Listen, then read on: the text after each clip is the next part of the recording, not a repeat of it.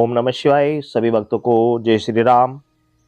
यदि आप चाहते हैं कि आप लोगों की समस्या का समाधान कर सकें और कोई भी दिव्य शक्ति आपको प्राप्त हो जाए, चाहे वह माता माँ काली की हो या माता मदन की हो या माँ भगवती की हो, तो इसके लिए एक 64 योगने का मंत्र विधि सहित मैं आपको बता रहा हूँ। इस प्रयोग को आप करें, आपको जल्द से जल्द कोई ना कोई दिव्य शक्ति अवश्य प्राप्त होगी, चाहे वह माता माँ काली की हो या फिर अन्य कोई दिव्य शक्ति की हो।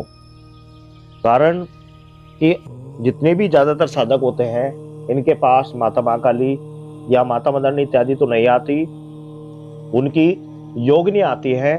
तो इसी तरह एक मंत्र मैं आपको बता रहा हूँ जो 64 योगिनी का मंत्र है, और 41 दिन इसका जाप करने से साधक के पास माता महाकाली की कोई ना कोई योगिनी आ जाती है, जो साधक के साथ रहकर लोगों की समस्या का समाधान करने में साधक का साथ कर देती है। ये किस प्रकार किया जाता है, इसके लिए कोई शुभ दिन आपको देखना होता है। कोई शुभ दिन, कोई भी अच्छा दिन देखकर आप इस मंत्र का आपको प्रारंभ करना है। जो मंत्र मैं आपको बताऊंगा, यह मंत्र सुबह शाम आपको एक माला दीपक जलाकर जाप करना होता है। दीपक आप सरसों के तेल का, तिल के तेल का या घी का, जैसा आपका सामर्थ्य, आप जलाएं। और उसके बाद इस मंत्र का आपने सिर्फ और सिर्फ 108 बार यानी कि एक माला जाप करना है। एक माला सुबह, एक माला शाम को। भोग प्रसाद में आपने 5 पता से 2 लोग आपने भोग देना होता है। इस तरह यह मंत्र आपने 41 दिन जपना होता है। एक हफ्ते के बाद ही शक्ति का आभास होने लगता है और 64 योगिनियों में से कोई ना कोई योगिनी आपके साथ जुड़ने लगती है और साधक के सभी कार्य सफल करने लगती है। जब आपका मन भाव बिल्कुल ठीक होगा, सच्ची श्रद्धा से आप इस मंत्र का जाप करेंगे, तो शक्ति आपके साथ बड़ी जल्दी कनेक्ट होने लगती है और साथ रहकर लोगों की समस्याओं का समाधान करने लगती है। मंत्र आप सुन लीजिए। 64 जोगन नाचे गावे माई करे सेवा, माई प्रसन्न मुदित जोगनी बदल दे तोरी टेवा।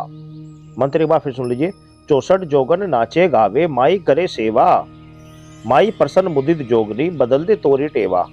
यह मंत्र है, इसको एक माला सुबह शाम आपको जाप करना है।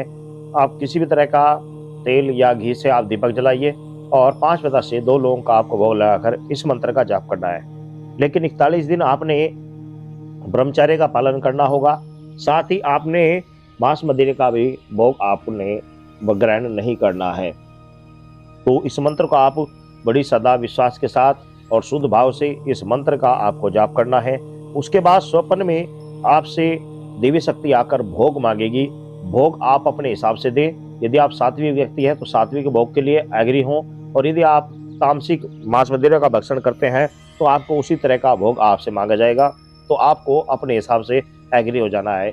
एक बार जिस भोग के लिए आप एग्री हो जाएंगे, फिर आपको हमेशा वही भोग देना होगा।